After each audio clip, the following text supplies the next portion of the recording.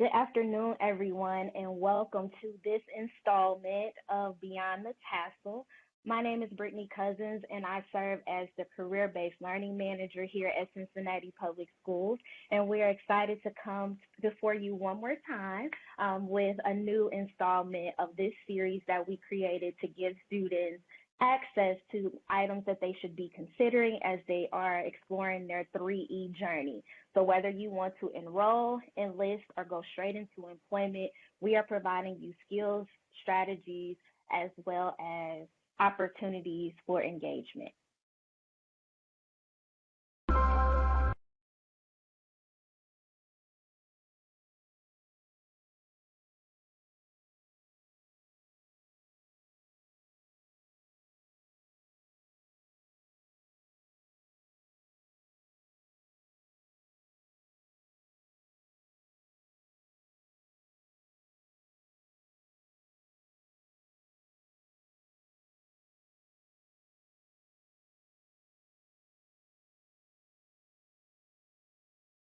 There we go. Sorry for the technical difficulties. Thumbs up to people who are watching. If you can hear me, if you can see me, I would greatly appreciate your affirmation. All right. So my apologies for that. But welcome to this installment of the Beyond the Tassel series. We are excited to be before you today for this opportunity where we are here to give you the strategies, skills, and techniques that you need to continue your journey on your 3E pathway. My name is Brittany Cousins, and I serve as the Career Based Learning Manager here at Cincinnati Public Schools. And we are excited to come before you today for this experience. We are excited. We have one of our longstanding partners joining us today in this particular experience. We are excited to welcome Junior Achievement, who has co-partnered this experience with us by bringing in business partners to highlight the very much popular career field of entrepreneurship. So I would like to welcome Ms. Dion Owens, who serves as the District Director for Cincinnati from Junior Achievement, to join me on the screen and so that she can welcome our amazing guest for today. So welcome, Dion. Nice to have you. Thank you, and thank you so much for having Junior Achievement. We are honored to be a part of this partnership, and we are definitely honored to bring forth this type of information that we feel is so enriching and rewarding. So I want to not take up too much time and go straight into introducing our dynamic moderator for this event. I have personally known this individual for well over 20 years, and I think you all will be pleased at the way he's going to handle today's discussion. So I would like to introduce to you Mr. Derek Dansby. Derek Dansby has been a full-time realtor with Coldwell Banker West Shell since 2014.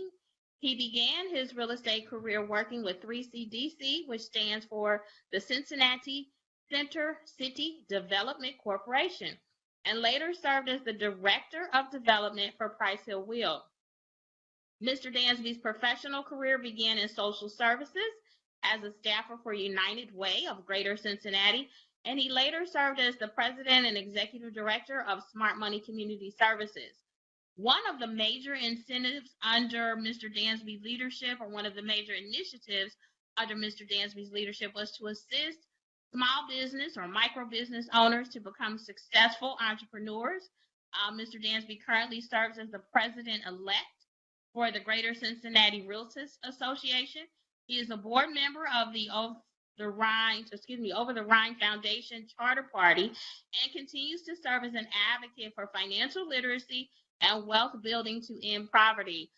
So with that, I know we can't hear your applause, but I'd like to turn it over to Mr. Derek Dansby. Good morning. Thank you so much for that warm introduction, Dion, and thank you as well, Brittany. I am very appreciative to have the opportunity to be here to moderate this panel of just fantastic entrepreneurs who have a load of information and experiences they would love to share with you today. I would be remiss if I didn't thank Cincinnati Public Schools as well as the other school systems that have decided to participate in this event. I'd also like to thank Junior Achievement for putting this on today. But most importantly, I would like to thank you, the students who are here listening in whatever platform you may be on.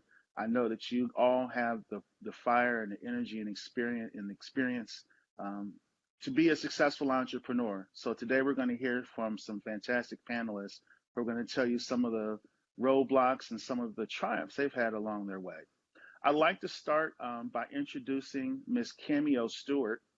Cameo is an interior designer, and she has a company called Cameo Creative. So for all you interior designers out there, I want you all to listen intently to what Cameo has to say. So I'm going to give Cameo a couple minutes to have the opportunity to introduce herself, her business, and who or what was the biggest inspiration to you for getting your business started. Ms. Stewart? Hi, good afternoon, everyone. I'm so honored to be a part of this panel. So I'm Cameo Stewart, the owner and design maven of Cameo Creative LLC, and I specialize in interior design and graphic design services. So when it comes to interior design, I help people remodel their homes, I help them decorate, I help them stage their homes. I also work with individuals and businesses to grow their branding and their marketing through graphic design. So I do social media management, a lot of fun stuff under the umbrella of design in my business. As far as inspiration, I spent several years working in corporate marketing and design, and I always had the dream of becoming an entrepreneur and running my own business, but I was always afraid of, not having a steady paycheck coming in with a job, benefits and health insurance and all those things that you get with having a full-time career. But a couple of years ago, my mother actually became sick with terminal brain cancer. And before she passed away, I did a room makeover for her, and she loved it. And she told me, she said, Cameo, you need to do this. You are gifted. You should really pursue this full time. And I just didn't believe that it was possible, but it was. And so unfortunately, she didn't live long enough to see it come to fruition for me, but I've been a full-time entrepreneur now for almost 4 years. And I'm grateful to my mother for giving me that push to step out on faith and make it happen, because I didn't always believe that it was possible. Thank you so much, Cameo. Family is always a very important factor in becoming a successful entrepreneur. Um, we appreciate your story, and I know that your mother is looking down on you. She's very proud of you today. Thanks So for our saying that. next, thank you. One other thing I forgot to mention before we move forward with our next dynamic panelist, if you have any comments, any questions you'd like for us to ask the panelists directly, we will have time for that both during our panel discussion and at the end of our panel today. Please make sure you drop your question, your comment in the chat section. Miss Brittany will make sure that she's monitoring that, and will jump in when the time is right to ask that question. Thanks again, Cameo. I'd like to move on to Mr. Juwan Davis. Juwan is a fashion and clothing designer. So I know many of you out there have an eye for fashion and have always thought about starting your own fashion company. Well, Mr. Juwan Davis is the founder of Le Carte Noir. Did I pronounce that right, Juwan? Le Carte Noir. But yeah, Le you Carte Noir. So yes, yeah, so please, Juwan, Mr. Davis, please tell us a little bit about yourself and why or who inspired you to get started with your business. all right. So just the basics. My name is Juwan. I'm from Cincinnati. I graduated at UC with my marketing degree. And I'll say my brand came about in 2017. It was me and another one of my colleagues. Um, and we were just like, we want to be able to create, because what we did were we like to like throw events, and we wanted to have a name behind it. So we started off and say, Le Carte Noir. So what it means, translate, it's French, but when you translate it, it means the black card. And so, it sounds classy and we like that. So not only did we want to like create a brand out of it with like clothing, we wanted it to be like a lifestyle type of thing. So with Le Carte Noir, always like my motto that I kind of go by is, the black card, which means, when you think of the black card, you think of something that has no limits. So with our brand, we want people to know, like, when you wearing this brand, like, anything is the limit, whether it's you're an artist, whether you're a stylist, whether you make music or anything. We want you to like feel good when you're wearing this brand. So that's kind of how like the brand came about. How I kind of got like started into like business and like clothing. I always knew I wanted to be an entrepreneur. So it started when I was I'll probably say like 12. I started my own candy business, and I'm like, this is something that I love to do. I love, making money myself and like just being my own boss. So that's kind of like how the brand came about. Thank My you. business partner that I started with is no longer like with me, so it's just me right now. That's Thank you great. for that. Yeah. Thank you for the opportunity to join us today, and knowing that you've always had that entrepreneurial bug since you was 12 years old. I'm sure we'll hit home with the number of the students who are out there listening who are entrepreneurs the same as you were then and now. So thank you so much, Jawan, for joining and for that good feedback. All right. Thank you. Thank you. Next, our next panelist is another successful entrepreneur. Her name is Simone Charles. She is the founder of Social Butterfly Events and Designs. So for all our event planners out there, and those who like to put on very high level events, Simone is definitely someone you need to get to know and get to learn a lot from. So Simone, if you could take a couple of minutes to introduce yourselves and tell us about who or what inspired you to start your own entrepreneurial venture. Sure. Thank you so much for having me, Tariq. I'm so happy to be here today. Hello, everyone. I'm Simone Charles. I am your social butterfly behind Social Butterfly Events and Designs. I started Social Butterfly in 2015 officially. I like to tell people that my company pretty much saved me. I started it out of necessity. The name of the company is Social Butterfly Events and Designs because it gives testament to the fact that the reason why I started. Initially, I used to volunteer throughout the community in order to basically find a way to get out and pretty much put myself into the community. I struggled with social anxiety, extreme social anxiety. And so, in order to actually meet new people, find a way to get into new places, I would initially just start to volunteer. And I realized that pretty much I had a knack for logistics, I had a knack for making things look beautiful. And so Social Butterfly Events came about.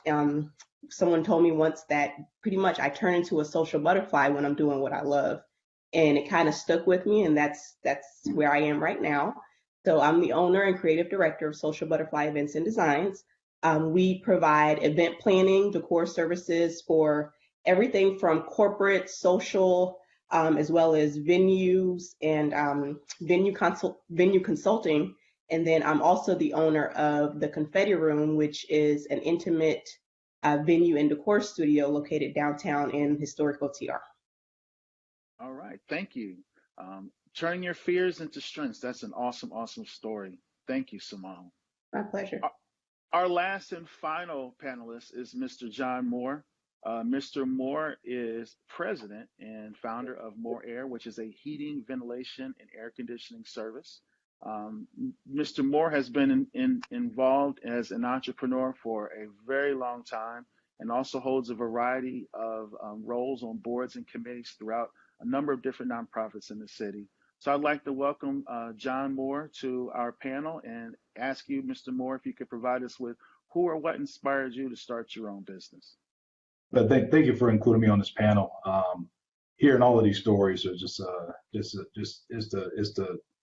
the foundation of why we all do this stuff. Some through necessity, some through inspiration from family, some through just getting past our own barriers, which is fantastic. More Air is a heating and cooling company. We do residential and commercial air conditioning and heating. And inspiration comes from watching entrepreneurs in my family, watching folks whose business was fishing and they sold fish, watching people who were agricultural, or they were in some things that people may look at like, oh man, that's a hard business, but watching them take something and be able to feed families and raise children and make impact in the community by just with their own talents. So watching that was an inspiration. Also growing up, just seeing things like Black Enterprise magazine and saying to myself, man, I really want to be in one of these magazines one day, like reading the stories and profiles of how people, and normally people of color, have a much more unique path to entrepreneurship and business ownership. And so those are things that have inspired me. And I'm so really excited to share more throughout the day.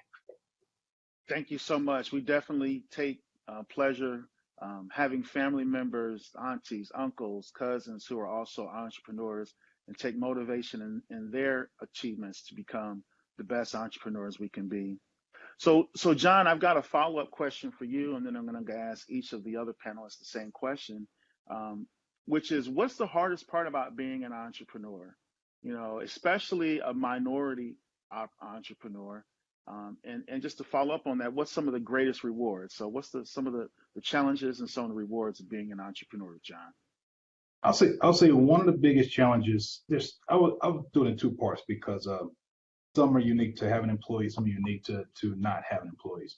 I say one that's not related to having employees is going to be being confident in your own pace and your own race. You're going to see so many other companies that you believe are doing so much better than you or so much further ahead than you, and it's aspirational. But also, you can't let it be frustrating. Your race is your own race. Like you were chosen by the man above or whoever you believe in, that your race is your race, and you're doing a great job in that race. And you have to be committed to stay in that course. And it's challenging sometimes because we're all human.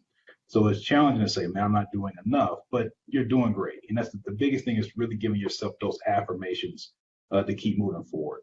On the employee side, the biggest challenge is making sure that you are doing your job to take care of the people who put their trusts and their families' trust in coming to work for you every day. That's a big responsibility. It can be challenging sometimes. It's a big responsibility that your job when you come every day is to serve those who said, you know what, this is a place I'm going to build my career. That's another one. The biggest, you said that was the biggest reward, or what was the next question? Yeah. You talked about some of the challenges. So yeah, what's the biggest reward for you as an entrepreneur that you can say, hey man, you know what, this is why I love being an entrepreneur. What is seeing your employees grow, seeing your business grow, see you go in places that if you ever stop and look back a year or 2 years behind you and doing things you never thought you would do, getting exposure you never thought you would have. I mean, probably people on the panel maybe some years back would say that they would never be on this panel, right? So now here you are. So being able to see some level of progress, some level of growth is always probably the biggest reward. Awesome. Yes, seeing growth and realizing dreams faster than you ever thought they would happen has definitely been a reward for me. There's, like you said, there's places that I've gone and achieved I never thought I would be there. Thank you Right. so much. Thank you so much, John. Yeah. Simone, I'm going to pose the same question to you. You know, what's the hardest part about being an entrepreneur, especially as a African American female? You know, you don't run into some of the obstacles that we as men unfortunately have, the ability to overcome. So, what's some of the obstacles that you've challenged in becoming a minority woman-owned entrepreneur, and what's been some of the biggest rewards for you? Um, I'd have to say the biggest, one of the biggest challenges that I have, which I think over time I've come to, I guess, somehow appreciate this as well, is the fact that being a minority entrepreneur, we do not have a blueprint to entrepreneurship. Um, and it depends on how you look at it. You know, sometimes you feel that it may be a stumbling block, but then it also builds muscle strength. It gives you the adversity that you face gives you the opportunity to build muscle strength and be able to handle different things that come your way as a minority entrepreneur. Um, One of the things that I enjoy the most being a minority entrepreneur and a woman entrepreneur is basically challenging myself and seeing others that are in the same space that I am. Um, because there are times where we come together and we talk about the challenges that we face, and sometimes we're able to bond over those same challenges. I think that's one of the things that I really appreciate. Yes, iron definitely sharpens iron. Seeing other entrepreneurs like yourselves and others who are out is always definitely inspirational to me. So Jawan, same question for you. You know, what's the hardest part about being an entrepreneur, especially a minority entrepreneur, and what's the biggest reward? So I say one of the biggest challenges, like being an entrepreneur, is coming out with like clothes that you think are like going to sell and like be the best thing ever, and then like putting all the groundwork down for it, and sometimes it doesn't go the way you plan. So you have to be comfortable with allowing yourself. You have to be patient. You just have to kind of like trust the process because every day I'm not selling clothes. So in that time I have to find ways on better ways to better my business and just find other like sources of income because you can't just it's kind of tough, like, especially like just starting off with me. I noticed like with my business I have to invest a lot of my own money, so like a lot of like money and time. But the biggest reward doing all that is seeing people like wear my brand and like people just enjoying it, people talking about it, like, did you see his shirt? So that's really rewarding, like knowing that it's people that like what you have done and created, and especially with like the website and everything too, like all the work that you put into your business. That's the biggest reward, is seeing like people like love what you have. So That's that's for me. awesome. So I built that. I made that. I Absolutely. I made Definitely. that exactly. Yes, absolutely. Awesome. Cameo, same question to you, please. What's the, you know, biggest, hardest part of being an entrepreneur and the biggest reward? When I started on this journey, one of the hardest things for me was having the confidence that I could do this. When it comes to interior design, I there aren't many African Americans designers who are in that field, and just here locally in Cincinnati, there aren't many black women or men designers. So jumping into this arena and being one of the only ones, and then having some doubt because I did not go to school for interior design. I'm a graduate of Miami University in Oxford, Ohio, but my undergrad degree is in anthropology. And so I doubted myself, wondering whether or not I could call myself a designer, because I didn't go to school for that. But God gave me a gift. I was able to get my certification in design. And when God, you have a gift, no one can take that away from you. So with all the family and friends and my network and people who supported me, that helped give me the confidence that I could do this. And when I look at some of the interior designers that I admire who are internationally known, many of them don't have a degree in interior design either. So I had to, get over that barrier, not let that block me. But one of the most rewarding things, I've had great success in growing my business in the last few years. Blessed to have won pitch competitions. I was featured in a design magazine twice. But beyond that, the biggest thing is seeing a smile on my client's face, hearing them say, I love the design, I love my new room, telling me that they're so excited about, the design. That brings me joy. Especially my clients who have children, and I do transformations for kids' rooms and their makeovers. Seeing the kids jump up and down and be excited with their new space, it brings me so much joy. It makes what I do worth it. Awesome. Thank you. Yes, as a person who has a history degree from the University of Cincinnati, who now sells real estate, I can definitely understand and sympathize with the fact that you're doing something different than what you have education in. So thank you so much for sharing. I see Brittany on the screen. So Brittany, did you have some questions or comments from the chat for our panelists? I do. So we actually have a question from Miss Leslie Lyles, and the question is posed to the entire panel. Have any of you started to create a blueprint to entrepreneurs for others, as like paving the way for others to follow that entrepreneurial journey? I'll repeat the question. Have any of you started a blueprint to help others basically join this entrepreneurial journey? So great. So who has a blueprint they would like to share? Simone, go ahead and get started. So I wouldn't say it's necessarily a blueprint, but I guess you could look at it the way you want to. Cameo touched on this a little bit, that in the space of creativity and arts, being a minority entrepreneur in this particular area, in an area where we love beautiful things, an area where we create luxury for clients. It's not an area that's traveled a lot by minorities.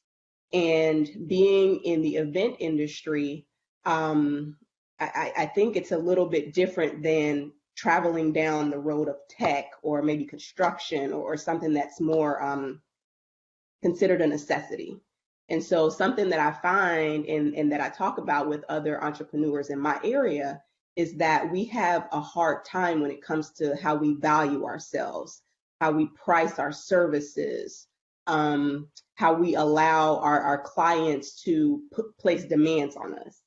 And after hearing that so much, one of the things that I wanted to do was to sort of create some type of collectivity amongst myself and other event industry professionals in the tri-state area.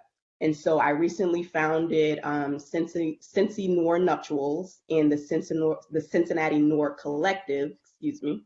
And basically what it is it's a platform for Brown, Black event industry professionals, because I realized that we can become greater in numbers, basically. You know, by having collective power, not only are we able to get together and voice the struggles that we're going through, there's so many times where, you know, someone has said to me, hey, I'm having a hard time when it comes to pricing this service, pricing that service. I need a vendor source for this particular item. And these were questions that I was fielding a lot. And so I realized that it was something that we needed. And I guess I didn't realize when I was starting this that I was creating a blueprint to entrepreneurship for others that are in my field, because it was something that was needed. We just didn't have the voice to speak up and say that we needed it. Awesome, awesome. So yes, definitely participating with other folks in your field and learning, positive things that they're doing is great. That's an awesome blueprint. Did anyone else want to jump in on that? Okay. Any other questions from the? I'm sorry, Kimio. No, I was just going to say, starting off my business, there was no blueprint for me. I didn't know what I was doing. Aside from registering my business and getting my LLC, it's like, okay, what next? But I will attribute, my success here in Cincinnati as an entrepreneur to an organization that essentially helped lay out the blueprint. Mortar Cincinnati is an organization that helps business owners get started, grow their business. It gives you the blueprint of everything that you need to know to be successful in your business. But they also have amazing resources for access to capital, grants, funding for your business. They partner you with a mentor. And so being a part of an organization like that, they essentially laid out the blueprint for me. And now I can take what I've learned from that and use it in my business, but also help inspire other business owners who are looking to become an entrepreneur. Kimia, where can they find out more information about Mortar? So on social media, on Instagram, it is at We Are Mortar, MORTAR. And the organization is Mortar Cincinnati on Facebook. And yes, their web address, I think it's wearemortar.com, I believe. Okay. Well, we all can Google Mortar. It's MORTAR. I think that's a huge resource for folks who are looking to start their own business. John, you also are involved on a number of different business chambers. Do you know any other type of training classes or blueprints or things that additional resources that young entrepreneurs who are listening to us today can take advantage of? Yeah, the beauty of we're in an area that has a lot of different resources. I know when I meet with entrepreneurs in my office, there's one book I always tell them to grab, and it's called The E-Myth. And so the E-Myth is basically it's easy to read story basically about the importance of standard operating procedures, which basically is writing down what you do to deliver your business, right? And it's a very important book, it's a very important thing to think about in your business. But another great resource in Cincinnati is Main Street Ventures. I'm on the board for Main Street Ventures, but Main Street Ventures is pre-revenue grant dollars. as one aspect of it. There's also, after you have revenue, you can get grant money for it. But, for a lot of us, access to capital, I think it was mentioned before, is a tough thing to get your hands on, especially from a traditional bank.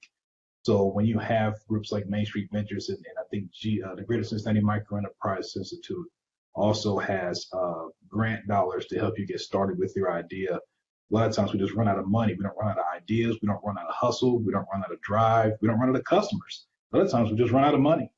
And so resources from the Greater Cincinnati Micro Enterprise Institute, also from Main Street Ventures or other places to help support your dream.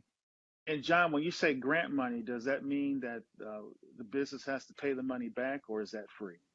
That's free. Well, it's free. You don't have to pay it back. so that's money that you do not have to pay back for Right. our future entrepreneurs out there listening. Anytime you hear the word grant money, you should definitely start listening a little bit harder, because that's money that's granted to you that you don't have to give back. It's money that you can use to get your business up and running. Dollars that you can use to buy equipment. Maybe it's a camera, maybe it's a phone, maybe it's a computer to make sure you can run and operate your business. An iPad, perhaps, if you're a designer, when you show someone some things that you're working on. So anytime you have an opportunity to find some grant dollars, I would definitely encourage all of you to look into that more. Juwan will ask the same question to you as well. What's the blueprint? What are some things that are out there to help entrepreneurs get started with doing their own clothing line? Oh yeah, like someone said before, I didn't really have a blueprint either. I just knew, it was time for me to get started. So I kind of what kind of helped me get into the direction that I am. I watch a lot of like YouTube videos, try to read a lot of books, or just follow other people that have businesses and try to see like what they did. Because it's always cool to like, if you don't, in the business world, it's always easy to connect with other entrepreneurs like yourself. So just like a thing that I did is I would go to like different events and just network with people and, get knowledge from everybody, because what I'm saying, you can never learn too much knowledge. And that's kind of one of the things that helped me along the way.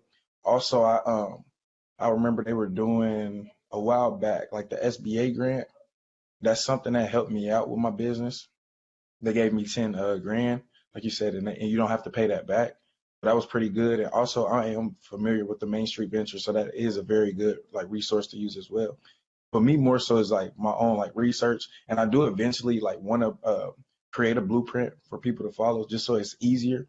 Because with me, it was kind of tough. Like I was learning everything like on my own, so I was making a lot of poor decisions, and it was a very learning process. So if I could create a blueprint to help others not have to go through those things as well, I would definitely eventually want to do so. Awesome. One more follow-up question for you, Juwan. When you started your business, did you have any doubts that you had going into it, and how did you kind of overcome that? Okay, so with my business, I did have some doubts because I was kind of like doing everything on my own. Like I couldn't really afford like to hire employees to help me. So I was caught up in doing everything, like from my website to the inventory to like spreadsheets and everything. And it was overwhelming. And I would catch myself some days like, you know, straying away from doing like my business stuff and kind of like catch my mental. So it was kind of like that was a lot. I will say that was a lot that during that time frame. Awesome. Simone, you've been operating a successful event planning business for quite some time now. What's one piece of advice you would share with anyone interested in owning their own business as well? Um, I think the most important thing would be processes. Being an entrepreneur, one of the things is that you're always in go mode. Jawan kind of touched on this a little bit, that, sometimes you have to wear multiple hats. And we don't realize how important our processes are, especially when you're the one that's wearing the multiple hats in the business, and you may not take the opportunity to, sit down and write things out like John mentioned.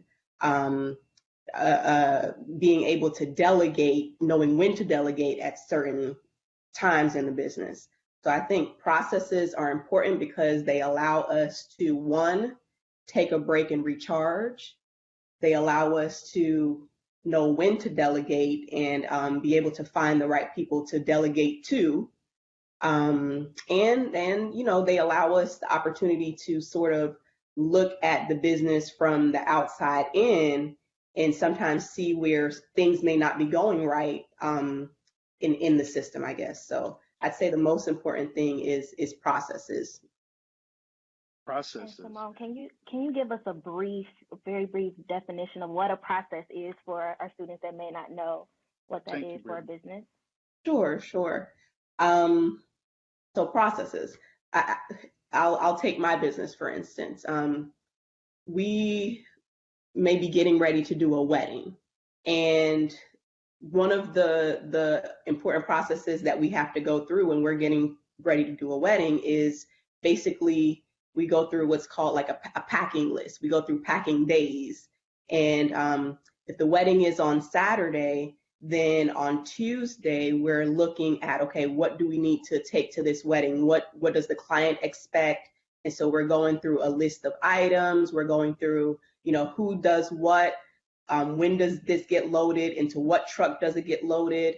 If the wedding has florals, we're looking at how we're going to get them there, how far ahead of time they need to be there, making sure that it's not too hot outside, and that they can withstand, you know, certain conditions. And so there's so many working parts to that, but there's so many other working parts to a business as a whole. And my background is actually in organizational leadership and development.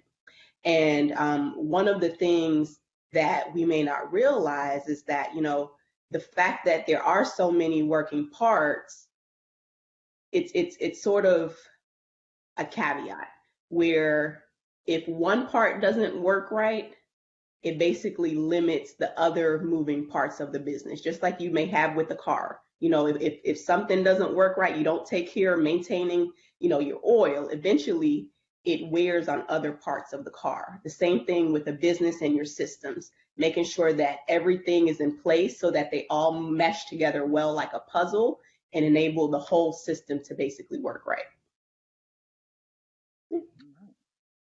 Thank you so much, Simone. Same question for Mr. Moore. Right. What are So some doubts that you may have had? Not necessarily some doubts, but one piece of advice that you would share with anyone interested in owning their own business. One piece of advice. uh, tough to narrow down to one. We've gone over the processes, which is huge. I guess I'm gonna double down on that because it's what I see a lot in most of our businesses, because the overwhelming majority of small businesses are doing it alone. They're solopreneurs. They may have an intern or something like that. So I want to double down on those processes on how you deliver the product you sell, whether it's your recipe, right? And so what that allows you to do as you do take on people, you get a chance to see what are you spending the most time on and what you need to offshoot. When you get ready to offshoot, so you don't have those the pain points that Mr. Davis brought up, of like just kind of get into a flurry of things. Once you do that, one thing I did, especially early on, was I would take one day where I didn't take any meetings. I didn't take meetings. I didn't take anything, and I just focused on the business during that period of time. And so I'll recommend that for anybody too. Like take one day a week where you're not responding to you're not focused on just customers, you're not focused on the external, you're only focused on internal and making your business better. Awesome. So yeah, so we've heard about process twice now, and really, in my mind, what it comes down to is just keeping a calendar and sticking to it for sure. So Miss Stewart and Mr. Davis, did you guys want to add anything to the question that we're dealing with now? One piece of advice that you would tell anyone interested in owning their own business? One of the things that I'm learning that John touched on is, being a solopreneur, because I'm a team of one. And as my business is growing, as I'm, getting opportunities for major contracts, I'm realizing that I can't do it all alone. Before COVID, I did have an intern briefly, but I'm going to need to expand and have a team, because I don't want to be in a position where I have to tell a client, no, I can't take on your projects. And you have to have balance, so you can't take on everything, but I would be able to better run my business as a whole if I had support, if I had a team. So that is something that I'm still learning, still growing in my business. But yeah, those processes, they would run a lot smoother if I had someone else that I could possibly delegate things to and didn't have to take everything on. I do the designing, then I do the admin work. There's so many pieces and parts and processes that go into it. And when you're just one person, you could get burned out. And you don't want that to happen, because I love what I do, and I never want it to become a thing where, I don't like it anymore. But I can make things easier, work smarter, not harder, if I wasn't alone. So, Awesome. yeah. Solopreneur. So an entrepreneur who works by themselves. That's awesome. Awesome. Juwan, we'll close that question out with you. What's one piece of advice you would share with anyone interested in owning their own? Yeah, I believe everybody touched on it pretty well, but definitely having that team. Because like you said, like everybody else said, it's kind of hard, like trying to run your business by yourself. Like it's like I said, it's very draining. So I guess my word of advice, is just don't be afraid to ask for help, and it's okay to have a team and people to help you to accomplish those things that you want to do. Awesome. Don't even be afraid to ask for help. That's a hard thing for us solo entrepreneurs out here doing our own thing. So we're getting ready to wrap up, and I've got one big question for you guys. So I just want to make sure that you take this opportunity to tell everyone again your name of your company, how people can reach you, whether that's internet, Instagram, Facebook, Twitter, what have you. But I want you all to answer just this one last question. I know it's a big question, so just kind of think about it. So we'll start with Jawan. If we've got a lot of students that are already out there that are listening, they've already got a plan and a vision for what business they want to operate or what they want to own. What are some things they can do to prepare themselves now to get ready to start that business when they're ready to start that business, whether that's this year, whether that's 5 years, 10 years, 20 years from now? What are some things that they can be doing now to help them get that business going? So we'll start with Mr. Davis, closing remarks. Okay. Um, I'll say like one of the biggest things you can do to like slowly start to prepare is kind of like y'all said, like have a blueprint, which is something like I said I didn't have. And I feel like if you start off with a blueprint, it allows you to like see everything that you're trying to accomplish and you can like knock it off. Because what I've been learning is the more I like write things down and like actually create like a schedule and a list of things and dates that I want to be get done, it gets done. So that can help you like in the process. Like I said, just make sure you do like your like research and just like you guys said before, it's a lot of grant money out there. And I know like, it's hard times right now and it can be expensive, trying to like uh manage your own business. But like they said, you can utilize all those grant opportunities, go to networking events, just getting information. Like information is the key to like everything. And it helps. So I would say like that's one of my big like takeaways is like creating a plan, not being afraid to ask others, and just don't be afraid. Awesome. And where can people find you, Juwan? How can they find you? How can they follow up with you if they've got a question? Where would be the Okay. best way for them to reach you? So my Instagram, my business Instagram is LeCart Noir, which is LeCartenoir. And then yeah, so you can reach me on Instagram. My website is www.lecartenoir.com. So it's www.lecartenoir.com. All So that's right. how you can reach me. No Thank problem. you so much, Mr. Davis. We appreciate you Thank you for joining having us. me. So hang Yes, on. sir. We're still going to take some questions from the chat. So those of you who have questions, please drop them in the chat. Miss Brittany will drop on and get those questions asked. So Cameo, Miss Stewart, to you, the same question. If we've got students that are already out there, they've got a plan, they've got a vision for how they want to do their business. What are some ways they can start preparing now? And then also share with us how we can follow you and get in contact with you. Great. So one of the biggest things that was beneficial for me, right out of high school, I had an internship with a major international brand. I was the corporate office of Express, Bath and Body Works, Victoria's Secret. They're based in Columbus, called L Brands, and that internship really introduced me to so many aspects of design and taught me a lot of what I know. As I mentioned before, my background's in anthropology. I did not go to school for interior design or graphic design.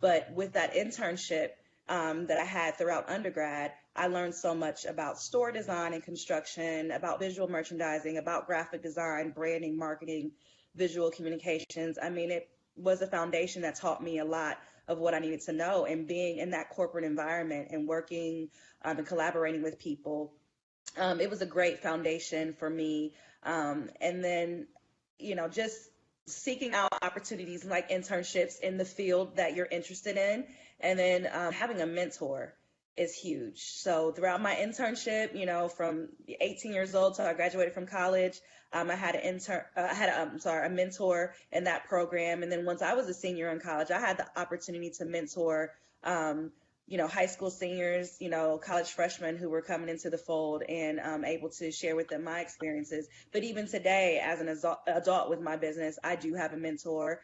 My mentor was provided during my time with Mortar Cincinnati. But even though I graduated from that program, I still keep in touch with my mentor, and he's a great resource in helping me just, figure some things out when I hit those roadblocks with my business.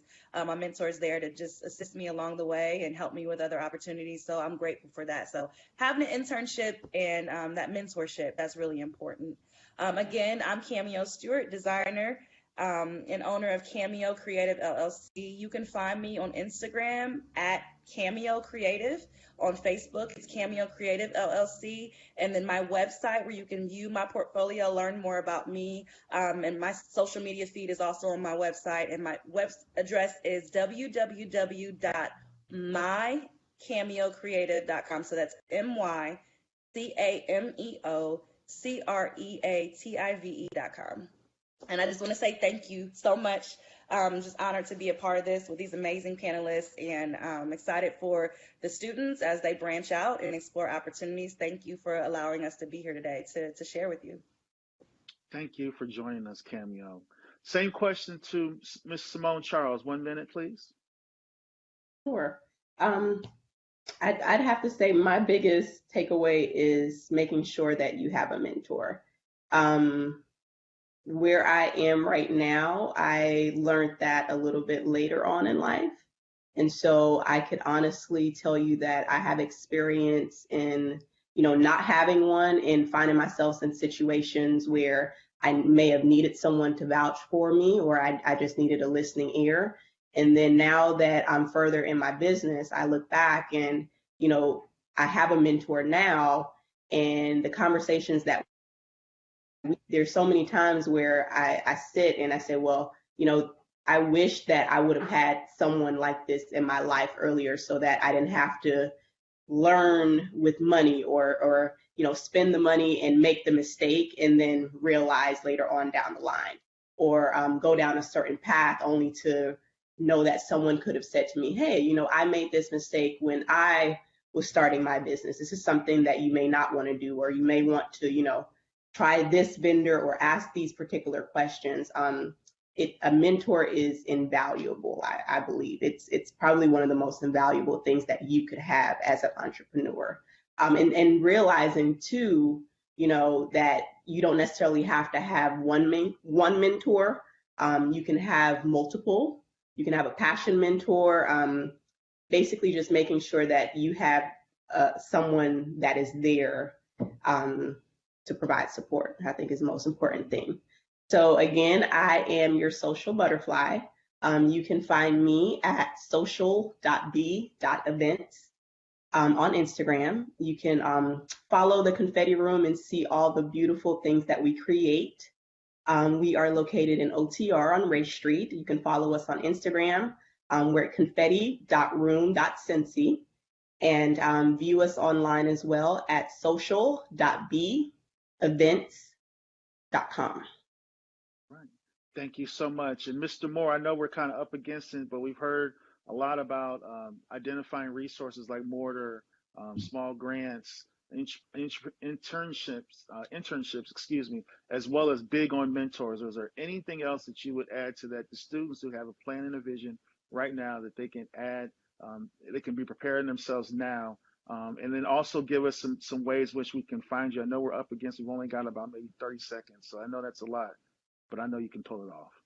All right. So one big thing I would say that is important for our students to do and really spend a lot of time on is like public speaking and being able to communicate and articulate your plan and your vision of what you have.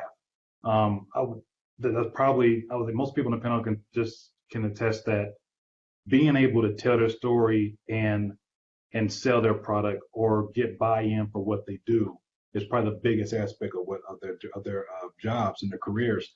I always say, you know what makes somebody an expert? They told you they were one. That's the only thing that makes somebody an expert. They told you they were expert, and you believe them because they were able to articulate their vision very clearly and concisely to you. So working on public speaking and working on telling your story over and over again to something you can just rattle off in the 30-second elevator speech. You can find more air at www.moreairco.com, and also on Instagram, Facebook, at Get More Air, at Get More Air. Thank you so much, Mr. Moore. And again, my name is Derek Dansby. I'm a full-time real estate agent with Caldwell Banker Realty. You can find me on Instagram at Downtown Dansby, as well as on Twitter at Downtown Dansby. That's Downtown DANSBY. And I see Brittany back on the line, so I'm going to pass it back over to Brittany for us to close us out. Thank you. First, I would like to thank all of our panelists. You all did an excellent job with articulating not only your journeys, but also some really good advice for our students. Just taking a lot of notes here, making sure that you get connected and network, have a mentor, possibly pursue an internship so that you can get that experience young, and then write your plan, practice your professional skills, and execute your dreams. So thank you all for the opportunity to bring your skills and expertise to our student body. We are very appreciative. Special thank you to Junior Achievement for co-collaborating on this experience.